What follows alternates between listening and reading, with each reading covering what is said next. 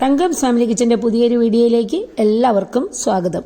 ഇന്ന് വളരെ കുറച്ച് കഷ്ണങ്ങളൊക്കെ ചേർത്തിട്ട് മെയിനായിട്ട് വെണ്ടയ്ക്ക ചേർത്ത് വെണ്ടയ്ക്കയും ചെറിയ ഉള്ളിയും തക്കാളിയും ഇത് മൂന്നും കൂടെ മാത്രം ചേർത്തിട്ട് നല്ലൊരു സാമ്പാറാണ്. കൂടാതെ ആ സാമ്പാറിൽ ഞാൻ കുറച്ച് സാമ്പാർ പൗഡർ ഉപയോഗിച്ചിട്ടുണ്ട്. അത് ഞാൻ വീട്ടിൽ തന്നെ ഉണ്ടാക്കിയതാണ്. അതിൻ്റെ റെസിപ്പി കൂടെ ഇതിൻ്റെ കൂടെ ചേർക്കുന്നുണ്ട്. ആവശ്യമുള്ളവർ അതും കൂടെ ഒന്ന് കണ്ടു നോക്കുക. അപ്പോൾ വളരെ സിമ്പിളായിട്ട് എളുപ്പത്തിൽ ചെയ്തെടുക്കാൻ പറ്റുന്ന നല്ല ടേസ്റ്റി ആയിട്ടുള്ള ആ സാമ്പാറിൻ്റെ റെസിപ്പി ഒന്ന് നോക്കിയാലോ. അതിനായിട്ട് ഞാനിവിടെ ഒരു നോൺ സ്റ്റിക്ക് പാത്രമാണ് എടുത്തിരിക്കുന്നത്. നോൺ സ്റ്റിക്ക് പാത്രത്തിലാകുമ്പോൾ നമ്മുടെ വെണ്ടയ്ക്കയും ഉള്ളിയും ഒക്കെ വഴറ്റാൻ എളുപ്പമാണ്, വേഗത്തിൽ വഴണ്ട് കിട്ടുകയും ചെയ്യും. അപ്പോൾ അതിലേക്ക് ഒരു 2 ടേബിൾ സ്പൂൺ എണ്ണ ഒഴിച്ച് ചൂടാകുമ്പോൾ ഒരു 8 വെണ്ടയ്ക്ക ഞാൻ ഒരു കഴുകി വൃത്തിയാക്കി എടുത്ത് വെച്ചിട്ടുണ്ട്. ഒരു 1/4 കിലോ ചെറിയ ഉള്ളിയും കഴുകി വൃത്തിയാക്കി വെച്ചിട്ടുണ്ട്. അപ്പോൾ ഉള്ളി ചെറുതായിട്ട് മുറിക്കുകയൊന്നും വേണ്ട, തീരെ ചെറുതാണ്. അപ്പോൾ വെണ്ടയ്ക്ക ഒരെണ്ണം 3ആയിട്ട് മുറിക്കുന്നുണ്ട്. അപ്പോൾ ഇത് രണ്ടും കൂടെ ഒന്നിച്ചിട്ടാണ് വഴറ്റിയെടുക്കുന്നത്. രണ്ടും കൂടെ ഒന്നിച്ചിട്ട് ഒരു 3-4 പച്ചമുളകും കൂടെ ചേർത്തിട്ട് അല്പം ഉപ്പും ചേർത്തിട്ട് ഒന്ന് വഴറ്റിയെടുക്കുക. വഴറ്റിയെടുത്ത് കുറച്ച് നേരം ഒന്ന് വഴറ്റിയതിന് ശേഷം ഒന്ന് ചെറിയ തീയിൽ അടച്ച് കുറച്ച് നേരം വെച്ചിരുന്നാൽ മതി. ഒരു ചെറിയൊരു ചുവപ്പ് കളറൊക്കെ വരുമ്പോഴേക്കും ഒരു തക്കാളി ചേർക്കുക. അപ്പോൾ തക്കാളി വേഗം വെന്ത് കിട്ടും. വെണ്ടയ്ക്കയും ഉള്ളിയും കുറച്ചും കൂടെ താമസം വരും. അതുകൊണ്ടാണ് ഇത് രണ്ടും ആദ്യം നമ്മൾ വഴട്ടുന്നത്. കുറച്ച് നേരം ഇങ്ങനെ ഒന്ന് വഴറ്റി ഇടയ്ക്കൊന്ന് ഇളക്കി കൊടുത്തിട്ട് ഒന്ന് ചെറിയ ചുവപ്പ് കളർ വന്നാൽ മതി. ഇനി നമുക്ക് തക്കാളി ചേർക്കാം. ഞാൻ ഇത് ഇഡ്ഡലിക്കാണ് ഉപയോഗിക്കുന്നത്, അപ്പം കൂടുതൽ പുളി ഉപയോഗിക്കാറില്ല. അതുകൊണ്ട് ഒരു തക്കാളി മാത്രമേ ചേർത്തിട്ടുള്ളൂ. തക്കാളി ചേർത്ത് കുറച്ച് നേരം ഒന്ന് വഴറ്റിയതിന് ശേഷം നമുക്ക് ഇതിലേക്ക് 1 ടീസ്പൂൺ മുളക് പൊടിയും 2 ടീസ്പൂൺ മല്ലിപ്പൊടിയും ചേർക്കാം. ഞാൻ ഇതിനകത്ത് ഈ 2 പൊടിയും മാത്രമേ എക്സ്ട്രാ ചേർക്കുന്നുള്ളൂ. പിന്നെ ഞാൻ പൊടിച്ച് വെച്ചിരിക്കുന്ന സാമ്പാർ പൗഡറാണ് ചേർക്കുന്നത്. അപ്പോൾ ആ സാമ്പാർ പൗഡറിനകത്ത് മല്ലിപ്പൊടിയും മുളക് പൊടിയും ഒക്കെ ഉണ്ടെങ്കിലും കുറച്ച് മാത്രമേ ചേർത്തിട്ടുള്ളൂ. ഇവിടെ കൊടുത്തിട്ടുള്ള സാമ്പാർ പൊടിയുടെ റെസിപ്പിയിലെ സാമ്പാർ പൗഡറാണ് നിങ്ങൾ ഉപയോഗിക്കുന്നതെങ്കിൽ അല്പം മല്ലിപ്പൊടിയും മുളക് പൊടിയും എക്സ്ട്രാ ചേർക്കേണ്ടി വരും. ഇനി അത് രണ്ടും പച്ചമണമൊക്കെ ഒന്ന് മാറി വന്നപ്പോഴേക്കും കുറച്ച് വെള്ളം ഒഴിച്ചിട്ട് കുറച്ച് നേരം അടച്ച് വെച്ചൊന്ന് വേവിക്കണം. നമ്മൾ ഇത് കുക്കറിൽ ഒന്നും അല്ല വേവിക്കുന്നത്. കുക്കറിലൊക്കെ വേവിക്കുമ്പോൾ ഈ കഷ്ണങ്ങൾ നന്നായിട്ട് അങ്ങ് ഉടഞ്ഞു പോകും. നമ്മുടെ വെണ്ടയ്ക്കയൊക്കെ 3-4 പീസായി പോവും. ഇതാവുമ്പോൾ നല്ലപോലെ കഷ്ണങ്ങളായിട്ട് കിടക്കുകയും ചെയ്യും, നല്ല ടേസ്റ്റായിട്ട് കിട്ടുകയും ചെയ്യും. കഷ്ണങ്ങളെല്ലാം വെന്ത് കറി നല്ല തിളച്ച് വന്നപ്പോഴേക്കും അതിലേക്ക് ഞാൻ 1 കപ്പ് ചെറുപയർ പരിപ്പ് വേവിച്ചതാണ് ചേർത്തത്.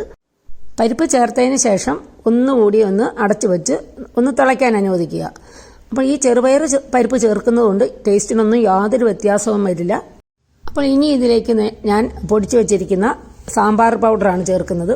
ഒരു 2 ടീസ്പൂൺ നിറച്ച് എടുത്തിട്ടുണ്ട്. അതൊരു തവിയിലേക്ക് എടുത്തിട്ട് കടുക് താളിച്ച് അതിലേക്ക് ഒഴിച്ച് ഒന്ന് ഇളക്കി ചേർക്കുകയാണ്. നിങ്ങൾക്ക് വേണമെങ്കിൽ അതൊരു കടുക് താളിച്ചതിലേക്ക് ഈ പൊടിയിട്ട് സ്റ്റൗ ഓഫ് ചെയ്തതിന് ശേഷം ഒന്ന് വഴറ്റിയിട്ട് അത് ചേർത്താലും മതി. അപ്പോൾ ഒന്നുകൂടി എളുപ്പത്തിന് വേണ്ടിയിട്ടാണ് ഞാനിങ്ങനെ ചേർത്തത്.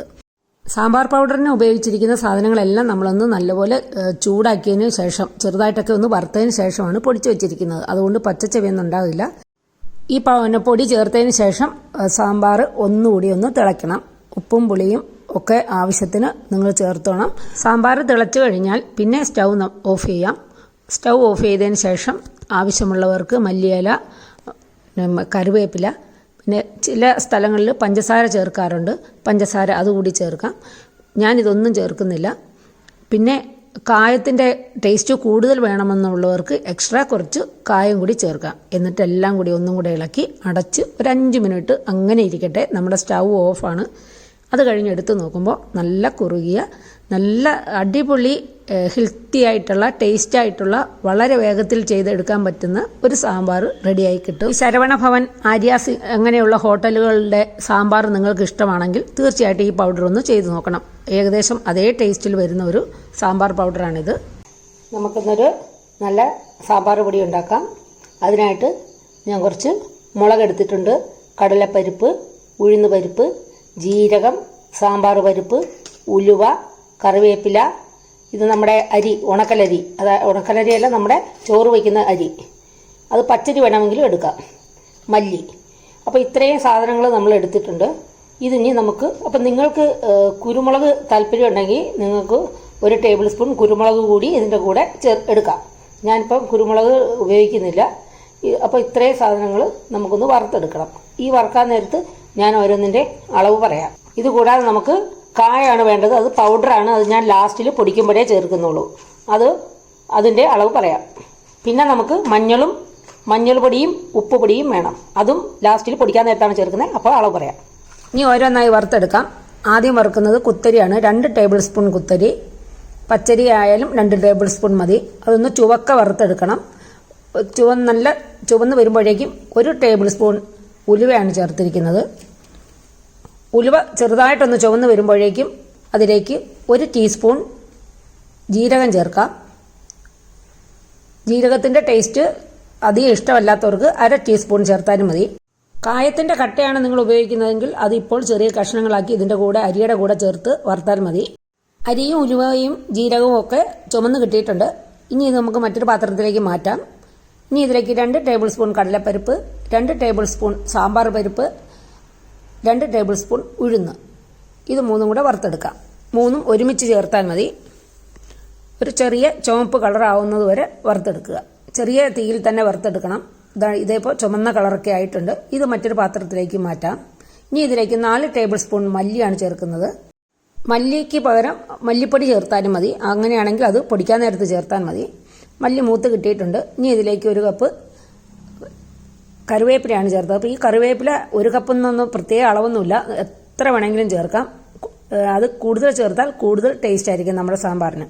ഇപ്പോൾ ഇതെല്ലാം അതും ചുവന്ന് കിട്ടിയിട്ടുണ്ട് കണ്ടോ. ഇനി ഇത് നമുക്ക് മാറ്റിയിട്ട് ആ പാത്രത്തിലേക്ക് വറ്റൽമുളക് വറുക്കാം. അപ്പോൾ വറ്റൽമുളക് ഒരു 15 എണ്ണം എടുത്തിട്ടുണ്ട്. അപ്പോൾ എരി കൂടുതൽ വേണ്ടവർക്ക് നമ്മൾ എക്സ്ട്രാ മുളക് പൊടി ചേർത്താൽ മതി. ഇത് മുളക് മുറിച്ചൊന്നും ഇടരുത്. ഇതുപോലെ അതിൻ്റെ ഞെട്ട് ഒന്ന് മുറിച്ച് കളഞ്ഞതിന് ശേഷം ഇതുപോലെ തന്നെ വറുത്തെടുക്കണം. അത് മുറിച്ചിട്ട് കഴിയുമ്പോൾ അതിനകത്തെ ആ അരിയല്ല, അതിൻ്റെ ആ മുളകിൻ്റെ അരിയൊക്കെ പാത്രത്തിലേക്ക് വീണ് ആദ്യം മൂത്തിട്ട് അത് കരിഞ്ഞു പോകും. അപ്പോൾ നമ്മുടെ സാമ്പാർ പൊടിക്ക് ഒരു കയ്പ്പ് വരും. അതുകൊണ്ടാണ് ഇത് മുറിച്ചിടരുതെന്ന് പറഞ്ഞത്. അപ്പോൾ എല്ലാം നമ്മൾ വറുത്തെടുത്ത് ഒന്നിച്ച് ചേർത്തിട്ടുണ്ട്. ഇനി ഇതിലേക്ക് 1 ടീസ്പൂൺ ഉപ്പ് പൊടിയും 1 ടീസ്പൂൺ മഞ്ഞൾ പൊടിയും 1.5 ടീസ്പൂൺ കായപ്പൊടിയും ചേർക്കുന്നുണ്ട്. അപ്പോൾ ഈ നമ്മൾ വറുത്ത് വെച്ചതൊക്കെ ചൂടായിട്ടിരിക്കുമ്പോൾ തന്നെ ഈ 3 പൊടികളും ചേർക്കുക. ഉപ്പുപൊടി ചേർക്കുന്നത് നമ്മുടെ സാമ്പാർ പൊടി ചീത്തയാകാതിരിക്കാനാണ്. എല്ലാം ഒന്ന് ഇളക്കി ചേർത്ത് വെച്ചിട്ട് ഒന്ന് തണുക്കുമ്പോൾ നമുക്ക് പൊടിച്ചെടുക്കാം. ഇത് പൊടിക്കുമ്പോൾ നല്ല ഫൈൻ പൗഡറൊന്നും ആക്കണ്ട, ചെറിയൊരു തരിതരിപ്പിൽ തന്നെ പൊടിച്ചെടുത്താൽ മതി. ഇത് നമുക്ക് ഒറ്റ ട്രിപ്പിൽ തന്നെ എടുത്ത് പൊടിച്ചെടുക്കാം. കണ്ടോ, ഇതുപോലെ ചെറിയൊരു തരിതരിപ്പിൽ പൊടിച്ചാൽ മതി. നമ്മുടെ സാമ്പാർ പൗഡർ റെഡി ആയിട്ടുണ്ട്.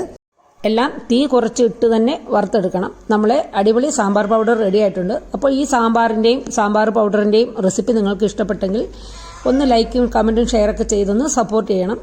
മറ്റൊരു നല്ല റെസിപ്പിയുമായി വരുന്നവരെ stay healthy and happy. Thank you.